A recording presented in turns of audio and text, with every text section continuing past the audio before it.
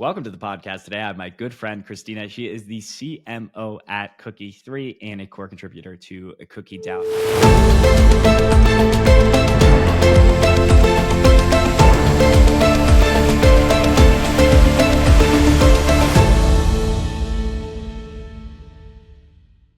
Quick disclaimer, we app only for informational purposes, and any views expressed by anyone on the show are solely our opinions and not financial advice. Jax and our guests may hold positions in the companies, funds, or projects discussed. Please do your own research. Now, for those who are completely unfamiliar with Cookie3, what is it you guys are doing over there? So we actually do a couple of things, but I think the easiest way to describe us is a data layer. So at Cookie3, what we mainly do is provide data analytics to marketers and business owners. It is to see the off-chain to on-chain conversions, to see basically who is landing on your website, where they're coming from, and if they're going on chain and performing actions on chain, because that's where in crypto the real value lies. Additionally, we also have a tool called KOL Intelligence, which allows you to score KOLs, look at their content, filter KOLs based on keywords, etc., and make sure that KOLs you're choosing to work with align with your goals, and then that the campaigns are bringing you the ROI that you are looking for. Absolutely. And it's a super important tool. And, we have more of a builder founder audience, but we still have many Web3 marketers that listen to the podcast, which they'll inherently know a little bit about. But let's say you're a founder, you haven't thought much about, marketing, you're more of a product person. Talk to them a little bit about why they need a tool like this in order to track the life cycle of a marketing campaign into an on-chain event. Yes, so many founders, and please don't take it personally to anyone listening, think, marketing is all about crypto Twitter hype, and that is a big part of it. But actually, the market is really saturated right now, and you need a working and tested marketing campaign. Whether it's your token or whether it's a product, and hopefully the answer is you're generating revenue through both, and your product is a very important and central part to your business's revenue model. And where that revenue sits with the crypto native on-chain users. Someone who is not using your product on chain and is not on chain is probably not going to be generating this revenue, because where does the revenue come from? Maybe it's a percentage of every transaction that you make. Maybe it's some transactions within your platform. So if you use the normal Web2 tools, you see a lot of traffic to your website. You may even see a lot of wallets being connected. But as a founder, you need to understand if people that are interacting with you in Web2 are also bringing this core value on chain. And this is what Cookie3 Analytics allows you to do. It allows you to see what people actually do on chain and which campaign is bringing in people that are leaving the most money with you on chain or doing the most actions on chain. Similarly with KOL Intelligence, I'm sure the founders listening to it know that a lot of KOLs on Twitter, they're botted. They use bots like these. They have crazy numbers. They have comments. Although by looking at comments, you can often see they're probably bots because the comments don't look very organic. The engagement can be inflated, and it can have a lot of views, a lot of impressions, a lot of likes, a lot of bookmarks, but it might not be real numbers. And something that Cookie3 Intelligence allows you to do, KOL Intelligence allows you to do, is to look at the score of a given KOL.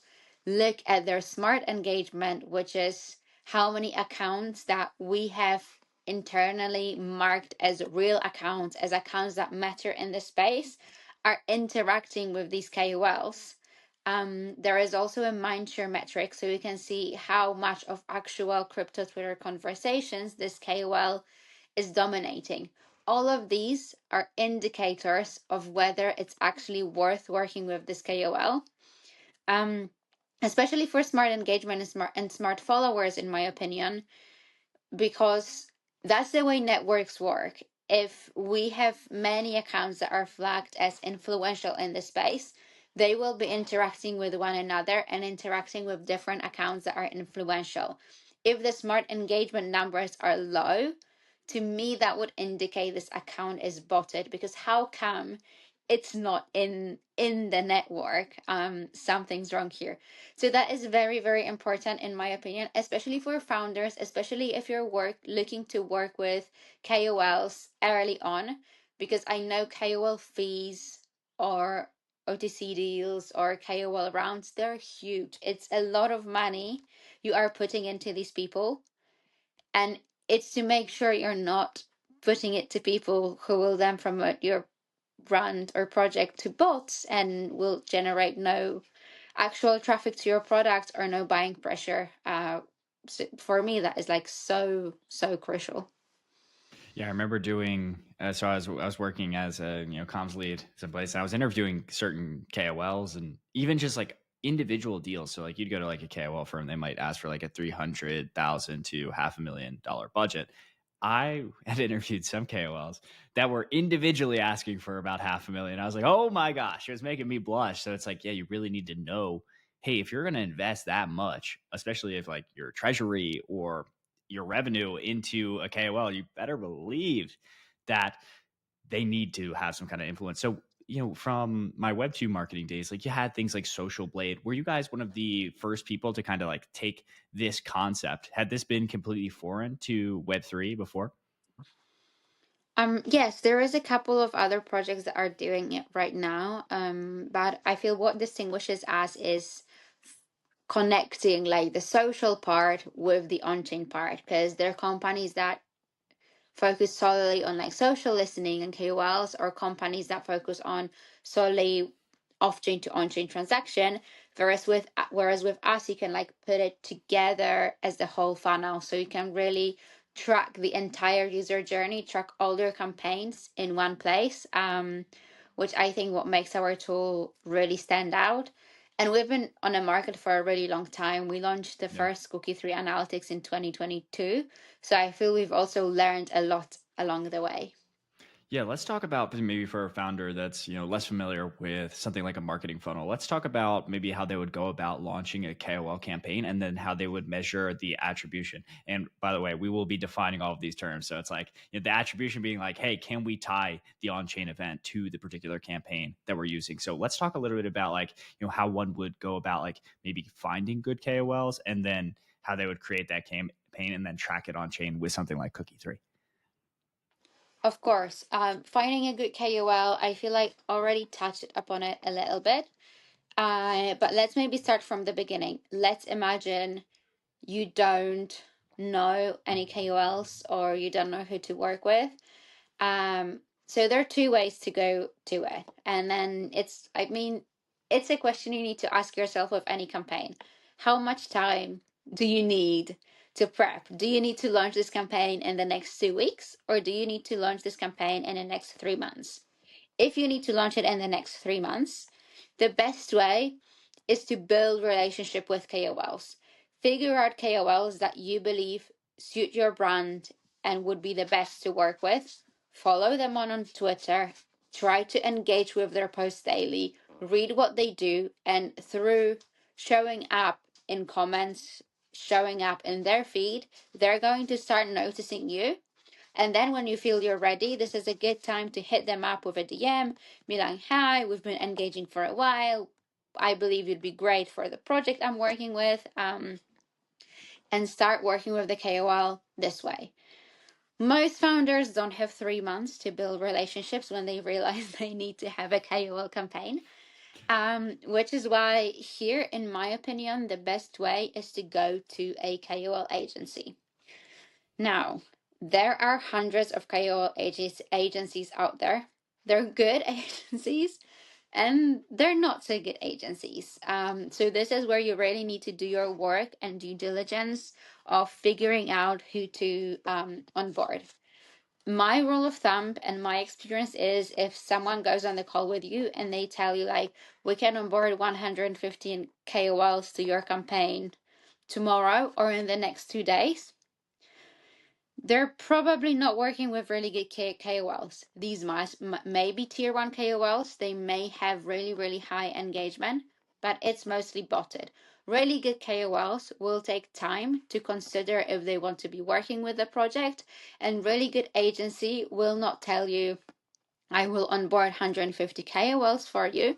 They will send you a potential list that you will choose from. So now moving on to the step 2 of the KOL campaign is the list. So let's imagine you get a list of, I don't know, let's say 100, 200 KOLs that this agency has a relationship with and they work with.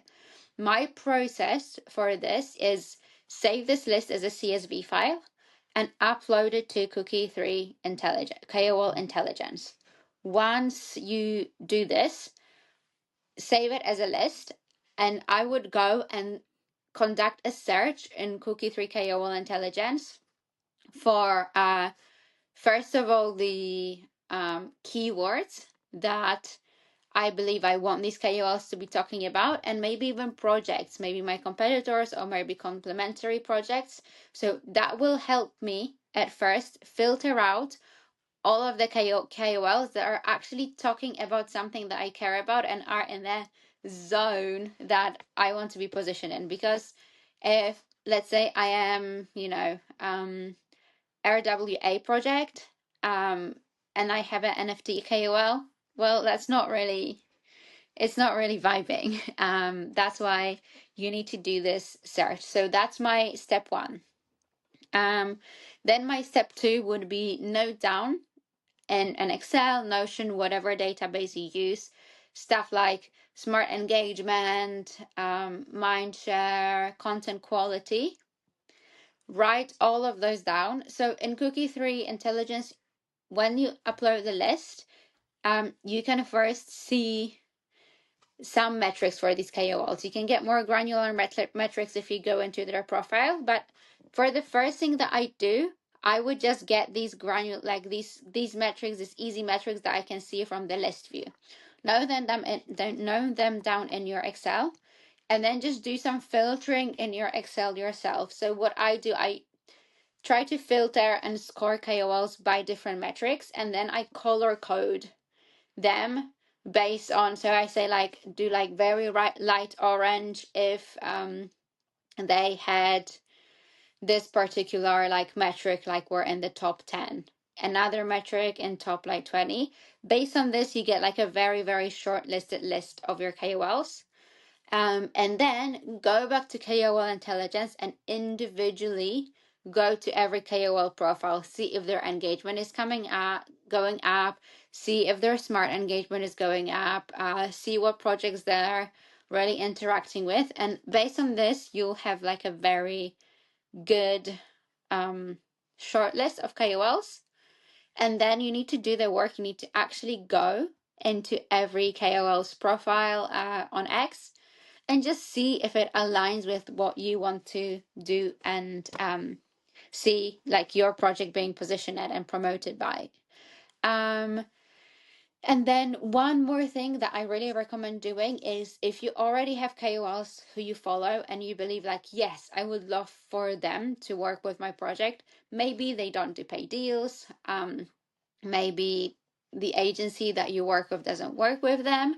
But I would get all of this. I would choose five like my top benchmarks of people that are like people who I want to work with, get all of the stats for them, and then compare KOLs that you chose and their stats with the stats of the KOLs that are your like gold standard KOLs. This way you'll get a good idea of like, okay, because score in KOL Intelligence, it doesn't tell you much. It tells you stuff in relation to the benchmark that you set yourself.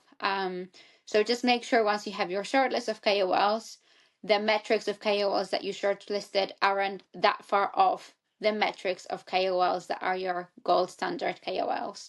After this, go to the agency and start kicking off your campaign with KOLs, which you can then monitor in Cookie3 KOL Intelligence. So you can upload your list of KOLs that you're working with, and you can then search with keywords, to see if they're posting about your project, how they're posting about your project, and if their posts are getting traction. So then we've created the list. We're now measuring and we put them all in. Are we setting a particular budget inside of Cookie 3? We're like, hey, we're gonna spend 300,000 spread across each one of these different KOLs, and we're going to measure the, because traditional marketers might be like, okay, what's the cost per mil, cost per click, cost per these types of things? Are we able to do that within Cookie 3? Because I feel like a lot of founders are flying blind when they maybe do a KOL campaign, because you're like spreading all of this money across many different KOLs, and they're like, yeah, but which ones actually move the needle? You are able to do that, although I feel like because crypto is so botted, like cost per impression in crypto is like that's not a metric I use. If I do a KOL campaign, I will then also use KOL Intelligence, but on my project's profile, and I will see, is my mindshare going up?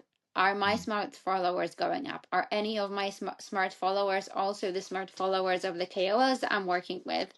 So it requires a little bit more of manual work, although I really hope that soon when Cookie Deep Research launches, you will be able to actually ask like an AI copilot in KOL Intelligence to help you showcase all this data for you so you don't have to click back and forth and compare. But I feel, measuring KOL campaign success is difficult. One way to do this, but it is when you have a product, is through providing ref links to KOLs or different UTM links to KOLs. So then they usher people to your project this way. But for a KOL campaign, I would be looking mostly at like your mindshare, your stats. Obviously, token price can be a factor. And like your product usage and wallets connected can be a factor as well. But then usually when you're running a KOL campaign, you're running different campaigns simultaneously. So it's really difficult to attribute what is actually a direct result of the KOL campaign. Yeah, it's quite difficult. Now, I know KOL campaigns aren't the only things people are running, and you guys probably have a really great insight into which campaigns are actually working. Is it KOLs? Some people are into Twitter ads, or into going on podcasts, going on to other things. Like, what campaigns are you see really working? Some people are very bearish on PR. If I go back to the interview with Justin, maybe he's changed his mind on that one. But like, what marketing channels are you seeing be really effective, and how do you guys help measure the efficacy of those aside from KOLs?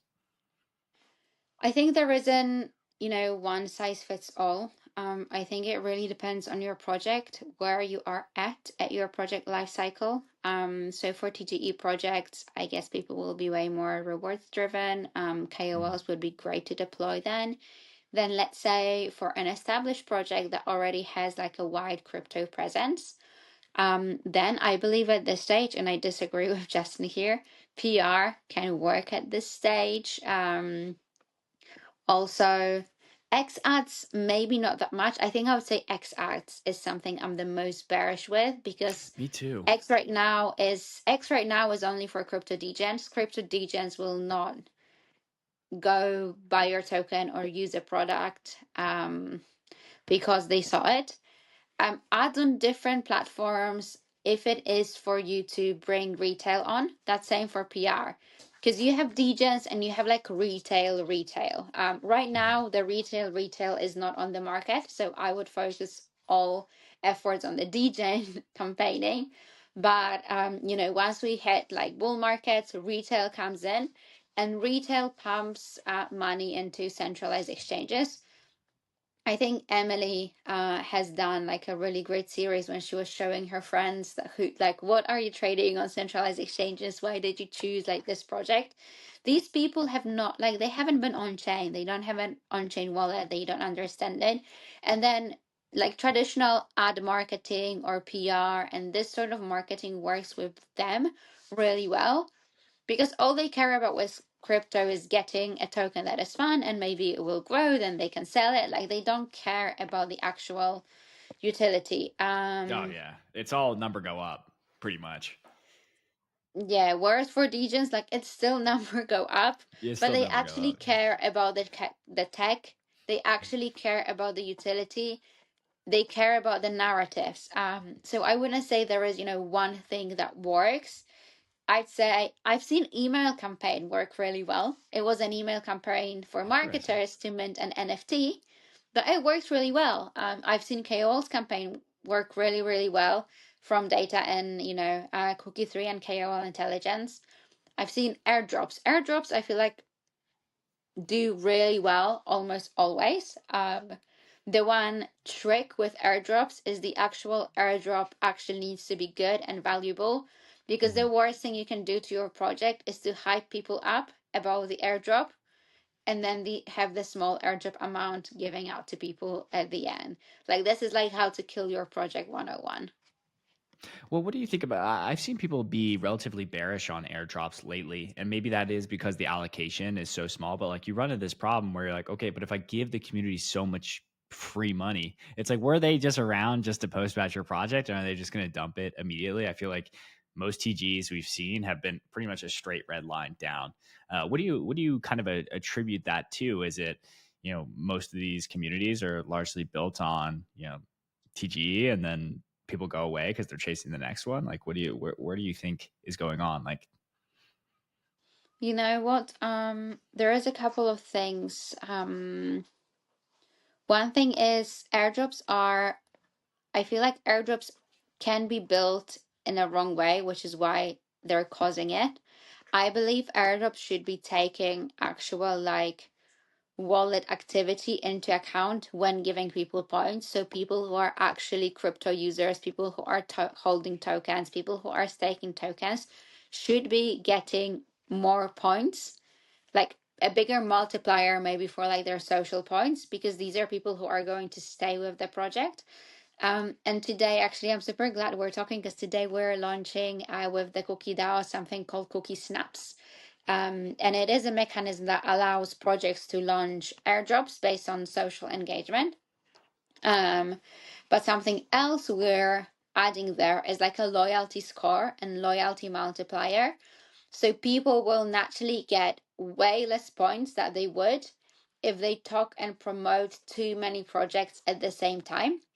This way, we're making sure airdrop hunters are not hunting absolutely everything that's there, that they really dedicate themselves to, one project. And then, well, we'll see how it works. But in my opinion, it makes it more likely that they will stick with this project because they will genuinely start to care about this, not just care about, cashing out. I feel Kato had a really good airdrop, and I remember people who got like huge airdrops. They were saying like, "Oh, I sold, but only like I don't know, 10% or 15%. Then I stake the rest." And building that, the fact that people want to go and stake your token after they got the airdrop rather than cash out, like that's the goal of marketing. And this is what you need to do with narrative. This is what you need to do with like future token utility, that people believe that they stake, and it makes sense they hold on to this token because it's not going to dump. It's going to like keep growing. yeah, another interesting thing about the Kaido airdrop is the people that got the airdrop, because they're more influential, they largely skew to the more affluent side. So they're not as like, typically when you see an airdrop, a lot of times it's going to, no offense, like maybe poorer regions that have, kind of like engaged to earn, and they have much stronger liquidity needs. That's what I would attribute it to. Maybe there's additional hype. But what do you think about that airdrop? That was my core thesis, was like, hey, it went to mostly people that were affluent. Thus, it wasn't selling pressure. Yeah, I agree. If you give the airdrop to people who can wait for it to be valued more, if you give airdrop to people who believe these tokens will then give them special access to your product. I think this is what Cato did. I think they said Yeah. like if you stake early, you'll get like early access to new features, which for me was a great hook for the audience that Mm-hmm. was getting this airdrop, because these people were seeing how much value they can get from like not selling this airdrop. So I think that was like a very, very good benchmark, and I feel like it set the benchmark for like entire InfoFi ecosystem, and for Mhm. future airdrops and for how things are done. And then it's as you said, because if it's people from poorer regions, for them, I don't know, $300 can make a huge difference for them. They want to cash it out because they want to buy stuff with this money immediately. Maybe they don't really see the value in seeing analytics dashboards earlier, or being able to stake or to use a product, because they are there to hand airdrops and cash out, and not to be actual Web3 users. Yeah. Yeah, no, that was what I attributed to, because it's like, again, like if they're giving access to other features, it's like somebody, my assistant in Nigeria is not going to be like, oh, I need to get access to the $1,000 a month feature that I can't normally afford. Exactly. So so it's like, yeah, their airdrop, I think, is relatively unique, because then you almost have the positioning where you're like, do I build a product that is in higher demand by higher income people versus like come one, come all, which I see most companies doing. But I know you guys have a lot of different products. You mentioned like snacks. There's Cookie.fun that we didn't even talk about. Like, talk to us a little bit about some of the things you're all building so that people have like a good understanding about what all's out there. Cool. Yeah. So Cookie.fun, Cookie 3, and CookieDAO is all a data layer. This is like the foundation. Think of it, there is like all of this data flowing around that's indexed and that sits in like this, I know, big box, on top of which our different products are built. So Cookie 3 Analytics and KOL Intelligence will use these data that is packaged in a way so that marketers and founders and business developers can use it, for campaigns, for seeing the success of their project, etc. Um, then there is the entire CookieDAO part, which is mostly centered around Cookie.fun. So Cookie.fun is an analytics platform showing like trading data, social data, and on-chain data for crypto projects. I like to think about it sort of as like CoinMarketCap or CoinGecko, but not only showing you trading data, but also all other data, like like on-chain data, and social data included. Right now, CookieFun is only based around AI agents, but actually today or tomorrow we are releasing CookieFun version 1, which will open to all of the crypto sectors. Tied to CookieFun are CookieFun APIs that builders can plug into to get access to all of this data, not pre-categorized as you can see it in CookieFun, because in CookieFun you'll see it like it's for humans. Like we Yeah. needed to put this data into categories because we're not AIs, we're not computers, we cannot read raw data. But you can get access to this, raw data feeds that are categorized and prepared for AI and for builders through CookieFun APIs.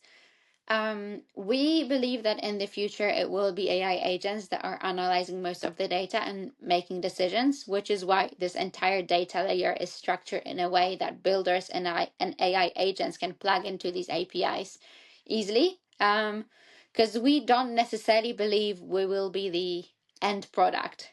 We can be the product that AI agents plug into, and then the agents are the end product. Obviously, we are working on our own agents as well, but we're not gating data because maybe someone else has a better idea and they can build something cool using our data. And then Cookie Snaps is something that is launching today. I am really excited for this. So this will be part of CookieFun, and in CookieFun you will already be able to see for any project like mindshare leaderboard. So who is contributing the most mindshare to any project, and then projects that are interested will be able to launch like their Cookie Snaps campaigns. So basically they will be able to set up more like strict requirements. So right now how we measure mindshare and sentiment is mostly around like project name, project ticker, project X handle, maybe founders X handles. But when you launch campaign on Cookie Snaps, projects will be able to like add more keywords, add like the content type that they want to promote, more content length. So basically incentivizing people more who are actually producing the content in line with the narrative this project wants to push. And then users, when the campaign ends, and users at the top of the leaderboard will be getting rewards and airdrops as well from this project. But again, it's based on crypto Twitter activity. So similar to what we spoke about, it rewards people who have, skin in the game, who are higher income, who have actual crypto Twitter presence. Something else that is possible in Cookie Snaps. The first campaign is launching this Thursday, and this one is social and crypto Twitter only. But we have an opportunity for projects to ask people to connect their wallet and also provide additional scoring, either based on wallet activity or based on like certain transactions that this wallet done. So has this wallet interacted with my testnet? Yes, you can give it more points for that because they actually went on chain and learned about your product. So I'm really excited for the launch of it. And in the future, what we want to do is, I can't say too much, but maybe I can tease. We want to allow communities to set more decentralized rewards pool. So not gated only to core team members to set campaigns, but also find a way for communities to set these campaigns as well and drive projects they care about forward, not wait for the core team to make the decision. No, very exciting, very exciting. And then finally, where can people learn more about Cookie3, learn more about CookieDAO, everything you guys are doing, and connect with you personally online? Of course. So Cookie3 on Twitter is at cookie3_com. Our website is cookie3.com. To find CookieDAO, go to Cookie.fun, or on Twitter, it's at Cookie.fun, dot written as like DOT. Very nice, very nice. You guys have some of the most products I love, and I'll also give a plug for. I really love the KOL Intelligence tool. I also really love their newsletter, so definitely subscribe to the newsletter. I think it's very funny. Like, you read a lot of newsletters that they're not that good, but I very much, every time I get the Cookie3 newsletter in my inbox, I'm like, oh, I gotta read this. I forward it to my assistants too. I'm like, this is good writing. You guys should read this. But perfect. Thank you. I'm super glad you love it. Yeah, big fan. Well, perfect. Until the next episode, to all our Web3 marketers, to all the people of Web3, let's continue building the future of on-chain.